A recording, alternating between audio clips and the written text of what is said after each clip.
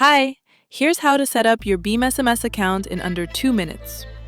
First, click Get API Key. This will take you to Quo. Generate a new API key, give it any name you want, and click Create Key. Copy that key, then head back to BeamSMS. Paste the key into Step 1 and click Encrypt and Save. Your key is now securely saved. Next, go to Step 2 and click Fetch Numbers. This pulls in all of your available Quo phone numbers. Select the number you want to use as your main number. You can change this at any time.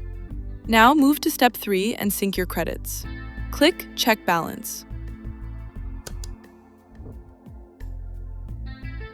You're looking for your voice and messaging balance. If your balance is 0, click Add Funds. For this scenario, we will enter $2.